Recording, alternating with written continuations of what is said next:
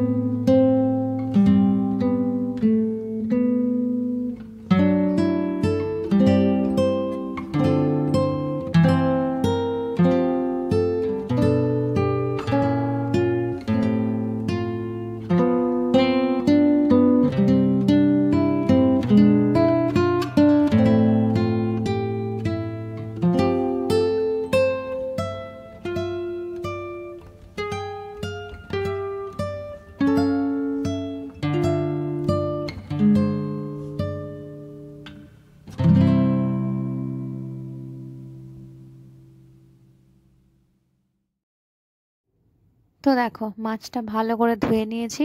আসলে মাছের মাথার মধ্যে যে কানকোগুলো থাকে সেগুলোর মধ্যে না অনেক বালি বালি ঢুকে থাকে, তাই আমার মাছ যদি একটাও আঁশ থাকে বালি থাকে আমার একদম ভালো লাগে না।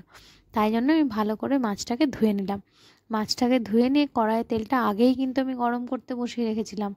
আমি জানি যে তেলটা গরম হয়ে যাবে, এদিকে মাছটাও ধুয়ে নেবো, আর তাহলে আমার তাড়াতাড়ি কাজ হবে। আর তখন যা গরম করছিল না, মনে হচ্ছিলো বাপরে সব ছেড়ে ছুড়ে দিয়ে চলে যাই, কিন্তু কি করব, ছেড়ে দিয়ে চলে গেলে তো আবার খেতে পাবো না, খেতে গেলে তো রান্না করতে হবে, তাই জন্যই করছিলাম। আর এদিকে দেখো, ওইদিকে আমি মাছটা বসিয়ে দিয়েছি আর এদিকে কিন্তু অন্য কাজ করতে চলে এসেছি, আমি কিন্তু বসে নেই। ওই জন্যই বেশি গরম করছিল, কারণ আমি দুদিকে কাজ করছিলাম। ওইদিকে মাছটা ধুয়ে আমি তেল বসিয়ে গরম করে মাছটা ভাজতে বসিয়ে দিয়েছি, আর এদিকে দেখো সবজিগুলোকে আমি রেখে নিচ্ছি। সবজিগুলোকে আসলে কি বলো তো, সবজিগুলোকে যদি আমি এমনিই রেখে দিই না ঝুড়িতে করে ফ্রিজে, পুরো সে কেমন একটা শুকিয়ে শুকিয়ে যায়, নেতিয়ে যায়, আমার একদম ভালো লাগে না।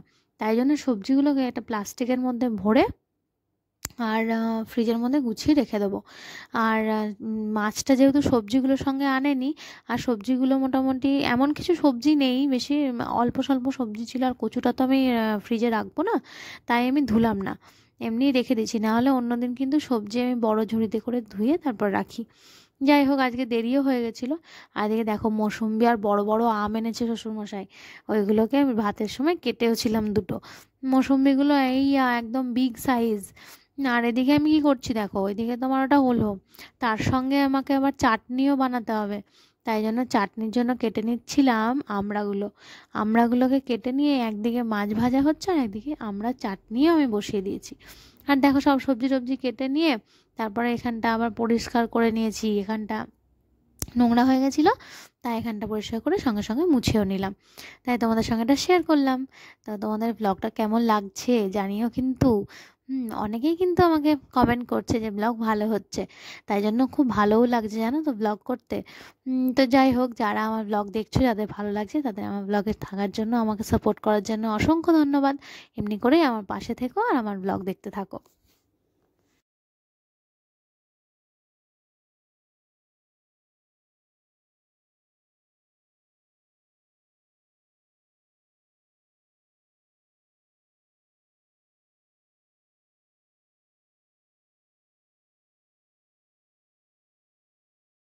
আজকে রান্না দেখিয়ে দিই। আজকে রান্না দেখো, প্রথমে দেখাই মাছের ঝাল, এদিকে কচুর তরকারি, এখানে আছে ডাল, এখানে আছে চচ্চড়ি, এটা হচ্ছে শাক ভাজা, এখানে আছে চাটনি, সেদ্ধগুলো আছে, এটা চাল লঙ্কা, এখানে আছে ভাত।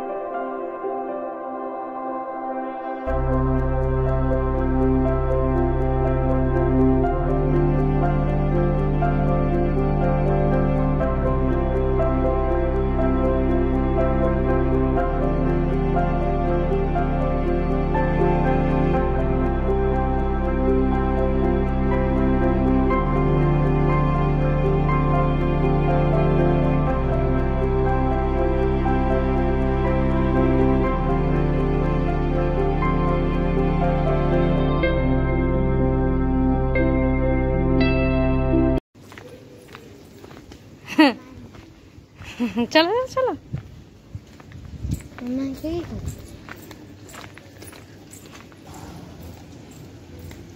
এমনি করে হাঁটে বুঝি। এখানে রোদটা কি, আমি আর যাবো না, রোদ। ও মা গো।